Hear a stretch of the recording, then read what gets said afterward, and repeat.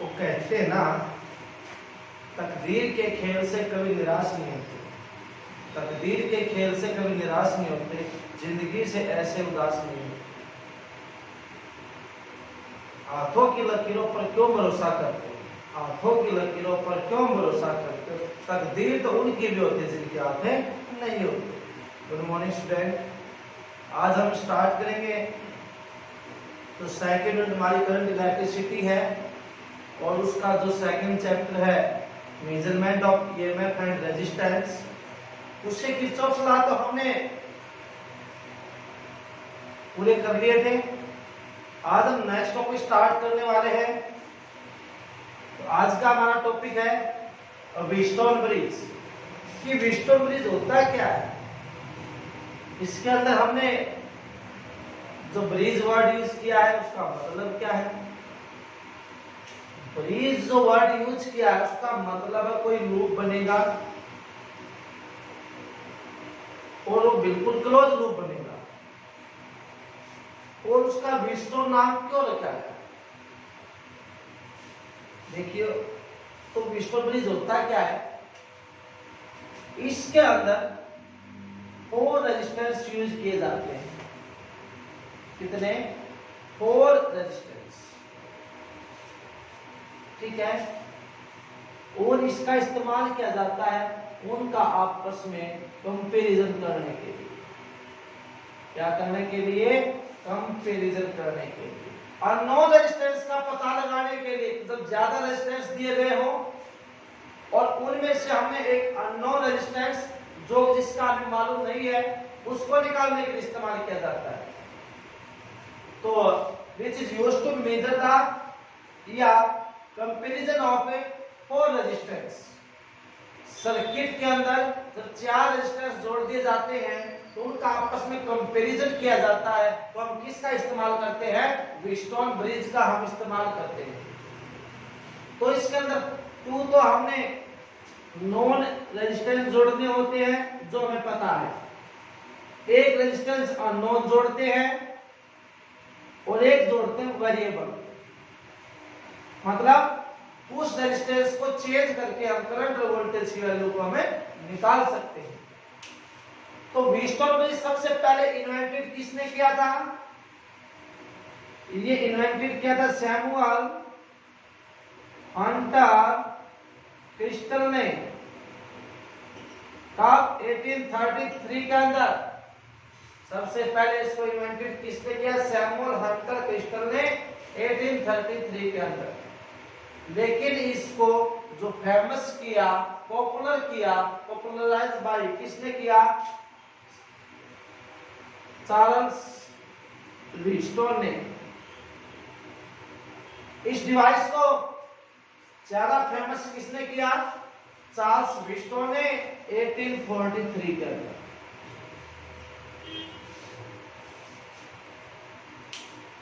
ये हमारा क्या है? Wheatstone bridge.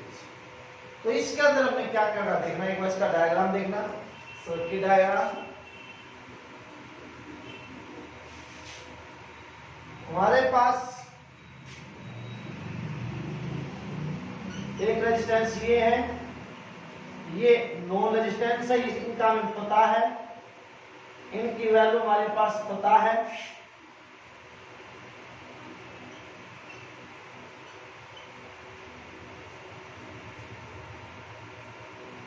इसको P मान लेते हैं, इसको Q मान लेते हैं, इसको R मान लेते हैं, इसको S। ये दोनों, ये तो इनका तो पता है, इसका नहीं पता। और ये वेरिएबल है, वेरिएबल के लिए ये लगा दिया। 4 रेजिस्टेंस को हमने इस तरह लूप में जोड़ दिया गया और एक जोड़ दिया गया गैल्वेनोमीटर।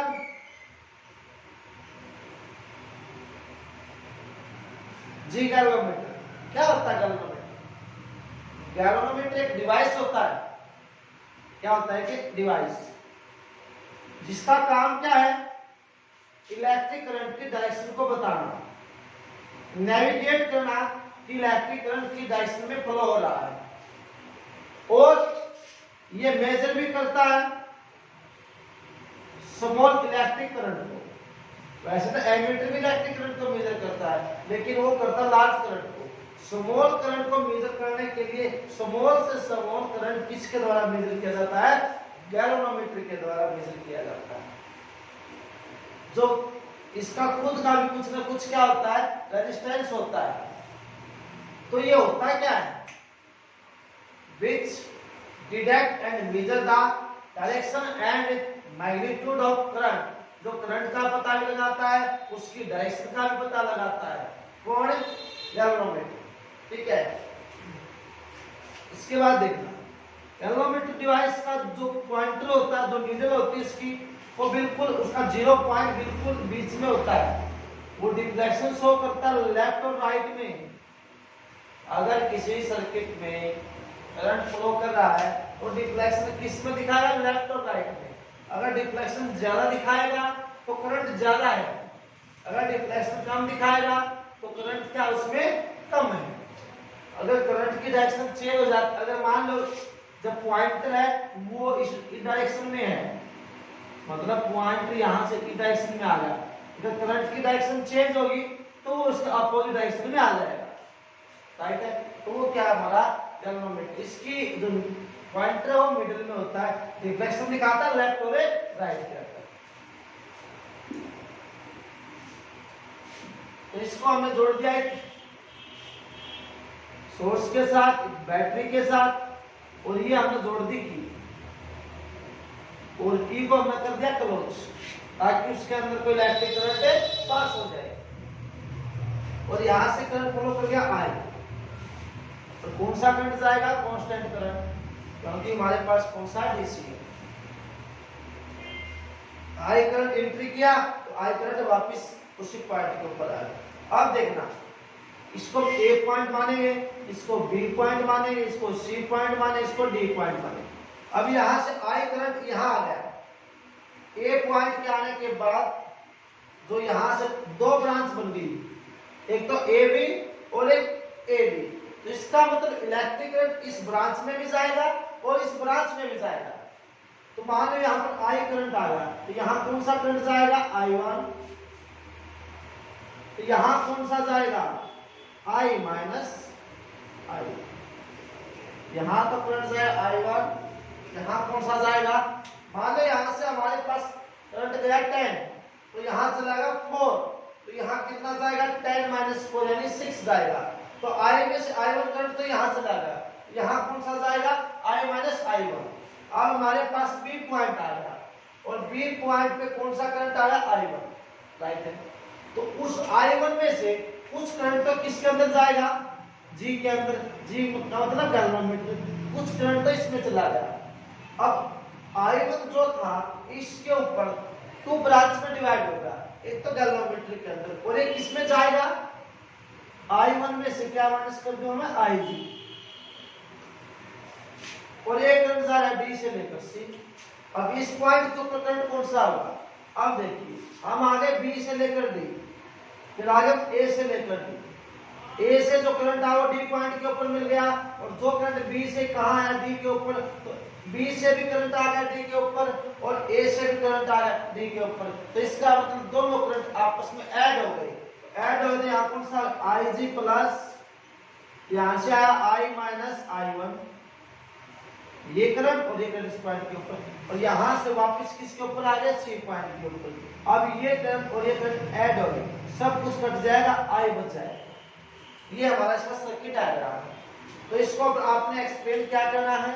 इसकी आपने डेफिनेशन लिखनी है, इसका डायग्राम बनाना है, इसकी कंस्ट्रक्शन लिखनी है। कंस्ट्रक्शन कैसे लिखोगे?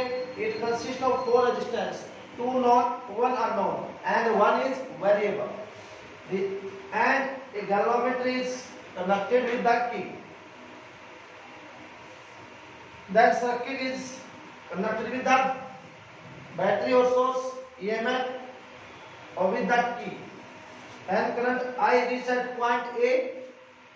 Current I reach at point A. It will divide into 2 parts. That is AB and AD. AB I1 along AB. I minus I1 along AD at point B. Now current again divide into 2 parts. Ig through galvanometer, I1 minus Ig through BC. Now current from B and current from A meet at point D. So then total current Ig plus I minus I1. And after that the current I come back at the negative terminal. अब हम use करेंगे Kirchhoff. देखो एक तो हमारे पास loop ये बन गया A B D B using in Kirchhoff's loop rule. हम किसका यूज करेंगे? लूप रूल का यूज करेंगे। ये ऐसे लूप बना देंगे, ऐसे चलेंगे A से B, B से D और D से A। किस लूप के अंदर? A B D A loop के अंदर। हम चले A से लेकर B। हमने देखना है करंट की डायरेक्शन लूप के अलोंग है तो पॉजिटिव, क्योंकि किरचॉफ सेकंड लॉ में मैंने एक्सप्लेन करके बताया था। अगर हम अलोंग द लूप चलेंगे तो डायरेक्शन पॉजिटिव होगी। अगर लूप की और करंट की डायरेक्शन अपोजिट है तो माइनस हो जाएगी। हम चले A से लेकर B, तो करंट भी कहां से चल रहा है? A से लेकर B। किसकी प्रोडक्ट होती है सेकंड लॉ में? करंट की और रेजिस्टेंस की। तो करंट कितना है? I1, और रेजिस्टेंस कितना बेटा? T। इसकी प्रोडक्ट होगी आपस में करंट और रेजिस्टेंस की, तो क्या I1 है T। फिर हम चले B से लेकर D, क्योंकि B के ऊपर पहुंच गए B से D। इलेक्ट्रिक करंट भी कहां चल जाए? B से लेकर D। तो कितना आ जाएगा? करंट कितना? Ig, लेकिन रेजिस्टेंस का काम कौन करेगा? G। फिर आगे हम D पॉइंट के ऊपर, फिर D से कहां जाएंगे? A पॉइंट के ऊपर। लेकिन करंट कहां से आ रहा है? A से लेकर D, तो क्या हो जाएगा? माइनस हो जाएगा। I minus I1 into में R is equal to 0। अब एक बात देखना, जब इस तरह की सर्किट दे दी जाए तो आप उसको कैसे सोल्व करोगे? देखो बीच का जो रेजिस्टेंस है ना, बीच का उस सारा उसी के ऊपर डिपेंड है। अगर इन चारों का रेजिस्टेंस सेम हो जाता है, इसका इसका इसका सेम, तो बीच वाला बिल्कुल नल हो जाएगा, जीरो के इक्वल हो जाएगा। अगर चार बल्ब हमने यहाँ जोड़ दिए तो चारों बल्ब इक्वल के हैं तो बीच वाला नहीं चलेगा, क्योंकि बैलेंस हो गया, उसमें करंट नहीं गया, सारा करंट इक्वल इन्होंने ले लिया। अब अगर इसका रेशियो आमने सामने के जो रेजिस्टेंस है, अगर उनका रेशियो, अगर इनका रेशियो और इनका रेशियो आपस में सेम आ गया तो इसमें करंट जीरो हो जाएगा। क्योंकि अब देखो अगर इनका रेशियो सेम हो गया तो B और D के ऊपर जो पोटेंशियल ड्रॉप होगा, पोटेंशियल ड्रॉप वो सेम होगा। कोई वोल्टेज का लॉस नहीं होगा, जितना वोल्टेज यहाँ यही वोल्टेज उतना होगा। अगर इनका रेशियो और इनका रेशियो आपस में सेम आ जाता है तो B और D का वोल्टेज ड्रॉप वो सेम हो जाएगा और इसमें करंट कितना जाएगा? जीरो हो जाएगा।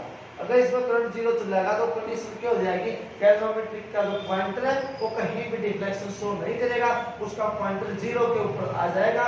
उस कंडीशन को बोलते हैं Wheatstone bridge is said to be balance. तो व्हीटस्टोन ब्रिज बैलेंस कब होता है? तो galvanometer shows no deflection. No deflection का मतलब गैल्वामीटर के अंदर कोई भी करंट फ्लो ना करे।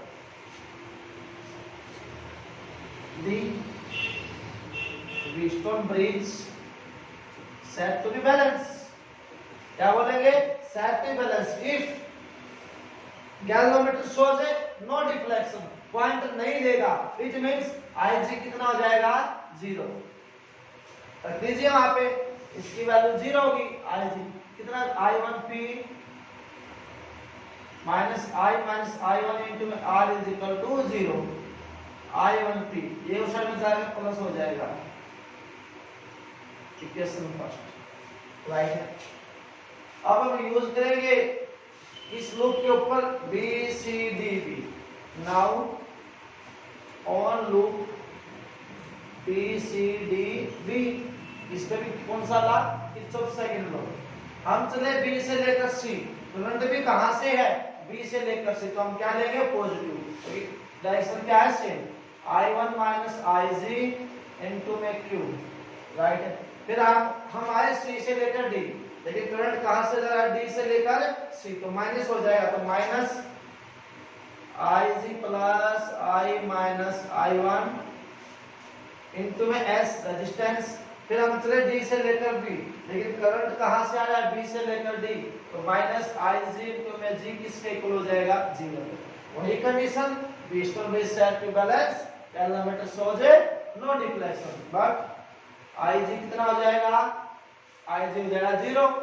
मैं यहां रखूं I1 माइनस का 0, तो क्या बच गया, I1 क्यों हो गया, यहां रखूंगा 0, तो कितना बच गया, माइनस I1 इंटू एस, यहां रख दिया 0, ये तो पूरा 0 हो गया, उसको उस साइड में लेके जाइए, I minus I1 into S, ये इक्वेशन कौन सी आ गई, सेकंड, इक्वेशन फर्स्ट को सेकंड से डिवाइड कर दो,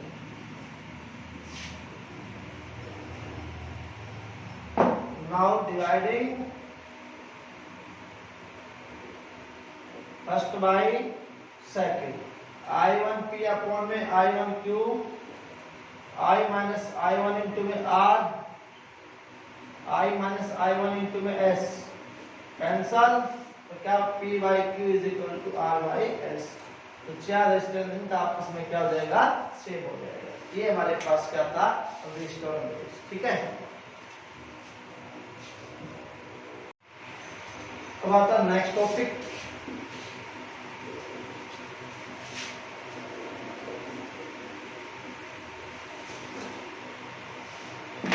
अब आता मीटर ब्रिज।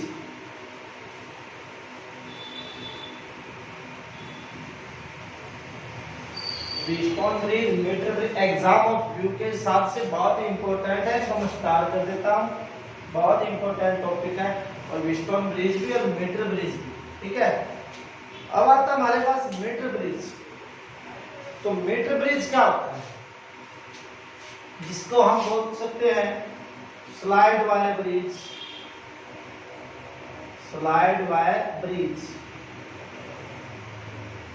इसको हम क्या बोल सकते हैं, स्लाइड वायर ब्रिज भी बोल सकते हैं। मीटर ब्रिज को हम क्या बोल सकते हैं, स्लाइड वायर ब्रिज भी। होता क्या है, ये वो डिवाइस होता है जिसका यूज किया जाता है अननोन रेजिस्टेंस को निकालने के लिए। अगर मान लो हमारे पास रेजिस्टेंस है, उसकी कोई वैल्यू हमें पता ही नहीं कि इसका रेजिस्टेंस कितना है, तो उसका रेजिस्टेंस हम निकाल सकते हैं किस डिवाइस का यूज करके, मीटर ब्रिज का इस्तेमाल करके। तो इसके अंदर क्या होता है, हमारा डेफिनेशन क्या है, ये device which is used to measure the unknown resistance, इसके द्वारा हम क्या निकाल सकते हैं, हमें अननोन रेजिस्टेंस को हमें निकाल सकते हैं इसके द्वारा। तो इसके अंदर जो वायर यूज किया जाता है, वायर वो अलॉय का होता है। अलॉय क्या होता है, मेटल को किसी मेटल के साथ ऐड कर दिया जाता है, या मेटल को किसी नॉन मेटल के साथ ऐड कर दिया जाता है, तो वो बन जाती है अलॉय। तो वायर जो यूज किया जाता है वो अलॉय का होता है, और वो अलॉय किसकी होती है, रेखा की होती है, मैग्नीन की होती है, टंगस्टन की होती है, इनकी ली जाती है। अलॉय क्यों यूज करते हैं, ताकि रेजिस्टेंस कम हो जाए, ठीक है, अलॉय का रेजिस्टेंस कम होता है। तो इसके अंदर जो वायर यूज किया जाता है उसकी लेंथ 1 मीटर होती है, यानी 100 सेंटीमीटर भी बोल सकते हैं। वायर जो यूज करते हैं उसकी लेंथ 1 मीटर यानी 100 सेंटीमीटर होती है, इसलिए उसका नाम क्या रखा गया है, उसका नाम रखा गया मीटर ब्रिज। तो इसका प्रिंसिपल क्या है, इसका प्रिंसिपल है, ये किसके ऊपर काम करता है, व्हीटस्टोन ब्रिज के ऊपर। It is based upon the principle of Wheatstone bridge, ये व्हीटस्टोन ब्रिज के ऊपर काम करता है। और हमारे पास व्हीटस्टोन ब्रिज था क्या, P by Q is equal to R by S। तो इसको हम देखेंगे, सबसे पहले हम इसकी कंस्ट्रक्शन देखेंगे, इसका डायग्राम बनाएंगे, उसके बाद हम इसकी वर्किंग करेंगे। तो कंस्ट्रक्शन में क्या है, सबसे पहले हमने क्या ली, कॉपर की स्ट्रिप ले ली,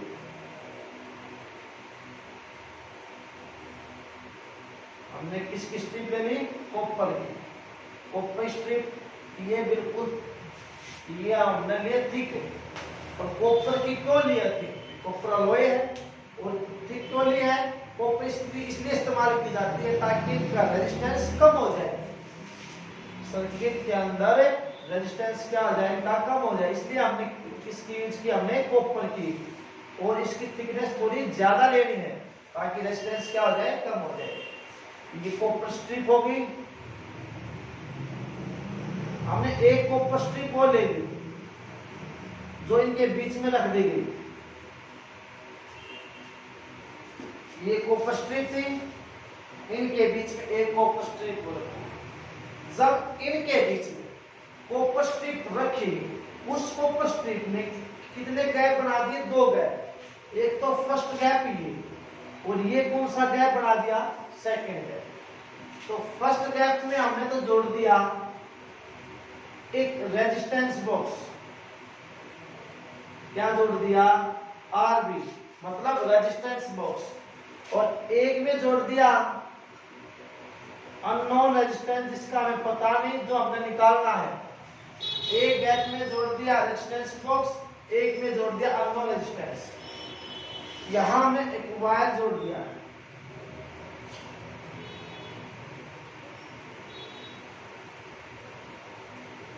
ए और बी वायर,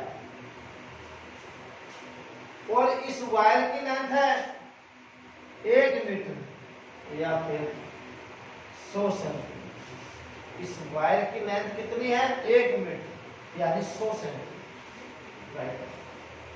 और ध्यान रखना है, और यहां हमने एक स्केल जोड़ दिया, वुडन स्केल।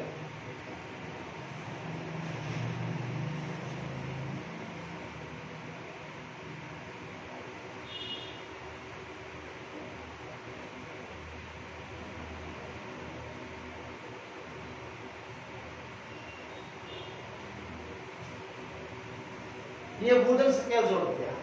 और ध्यान रखना है, ए जोड़ना बैटरी के पॉजिटिव के साथ और बी जोड़ना नेगेटिव के साथ। ये हमने की को जोड़ दिया,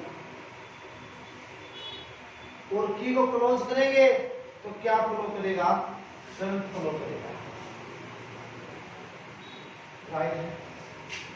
यहां हमारे पास कोई डी पॉइंट ले लिया, और यहां जोड़ दिया गैल्वेनोमीटर, और यहां हमारे पास क्या होगी, जोकी जे। ये जोकी क्या करती है, जब हम वायर के ऊपर स्लाइड कराएंगे तो डिफ्लेक्शन बताएगी इस पॉइंट पे डिफ्लेक्शन है या नहीं है। यहां रेजिस्टेंस मान लेते हैं P, यहां रेजिस्टेंस मान लेते हैं Q, और यहां A से लेकर G तक लेंथ मान ली L, और यहां तक मान ली हमने 100 माइनस। स्टार्टिंग में देखना, हमने कॉपर की स्ट्रिप ली, कॉपर स्ट्रिप क्यों ली, ताकि रेजिस्टेंस कम हो जाए, और ये थिकनेस की है ताकि मोटी हो। और एक कॉपर स्ट्रिप और ली, इनके बीच में रख दी। इस कॉपर स्ट्रिप ने कितने गैप बना दिए, 2 गैप, फर्स्ट गैप और एक सेकंड गैप। फर्स्ट गैप में क्या जोड़ दिया, रेजिस्टेंस बॉक्स, सेकंड में क्या जोड़ दिया, अननोन रेजिस्टेंस। फिर हमने वायर जोड़ दिया, कनेक्ट कर दिया ए से बी तक। वायर की लेंथ 1 मीटर या 100 सेंटीमीटर। फिर हमने एक वुडन स्केल जोड़ दिया, हमने ए पॉइंट को बैटरी के पॉजिटिव के साथ, बी पॉइंट को नेगेटिव के साथ, और एक की जोड़ दिया हमने।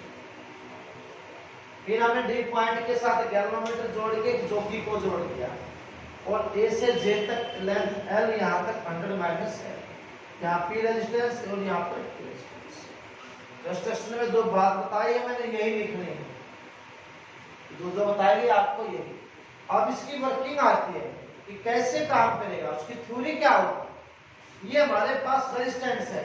सबसे पहले हमने क्या करना है, इस की को हमने क्लोज करना है। व्हेन की इज क्लोज, जब की को क्या कर दिया, क्लोज कर दिया। क्लोज करेंगे तो देन करंट स्टार्ट, तो उसमें आई करंट क्या हो जाएगा, करंट स्टार्ट हो जाएगा सर्किट के अंदर, करंट फ्लो होना स्टार्ट हो जाएगा। करंट फ्लो होगा तो हम, ये रेजिस्टेंस बॉक्स है, तो take out some resistance from the resistance box. इस रेजिस्टेंस बॉक्स से हम कुछ क्या निकाल लेंगे, रेजिस्टेंस निकाल लेंगे, ठीक है। उसके बाद तो चौकी हमारे पास, उस चौकी को इस वायर के ऊपर ऐसे स्लाइड कराएंगे। सबसे पहले हमें क्या करना है, उससे हमने कुछ रेजिस्टेंस को निकालना है। उसके बाद चौकी को स्लाइड कराना है, किसके ऊपर, इस वायर के ऊपर।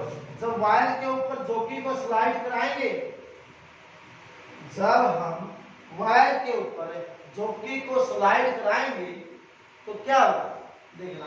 तो इसके ऊपर स्लाइड कराएंगे तो वो पोजीशन नोट करनी है, क्योंकि ये काम करेगा व्हीटस्टोन ब्रिज। और व्हीटस्टोन ब्रिज काम करता जब गैल्वेनोमीटर कोई डिफ्लेक्शन शो ना करे। तो इस स्लाइड को इस वायर के ऊपर, जॉकी को इस वायर के ऊपर ऐसे स्लाइड कराएंगे और वो पोजीशन नोट करेंगे जहां पर गैल्वेनोमीटर का पॉइंटर बिल्कुल ना आएंगे।